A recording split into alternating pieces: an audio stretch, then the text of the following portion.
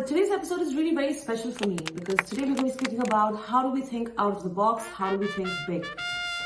Honestly, I think I've spent all my life thinking about being out of the box, achieving my dreams, not living a mediocre life, going for what I feel, going for what I want, traveling around the world. And honestly, like finally I see myself doing that and living that life that I've always envisioned, because one of the things that I had the courage was to think out of the box, to think what was my big.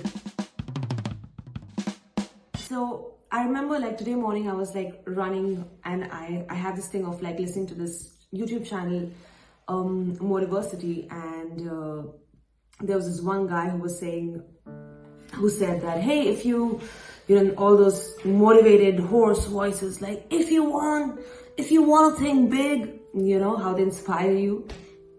If you want to think big, like ask a local person, like, hey, I'm gonna do this, like, and see what does he or she need to say. If they say that, hey, you can do it, that means like no, then you just go back home and be like, okay, I need to think of something really big.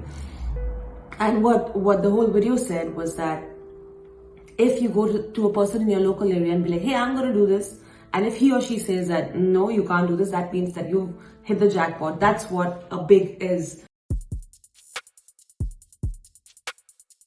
So in today's episode, we're going to be discovering how do we get from this transition from how we used to think with all our limited beliefs, patterns, what mama said, papa said, teacher said, children will say, neighbor might talk.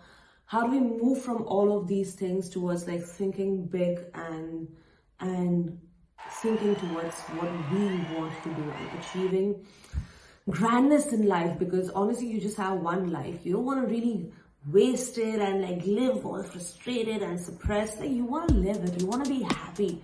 So let's define in these 7 steps how to think big and how to go for what you want.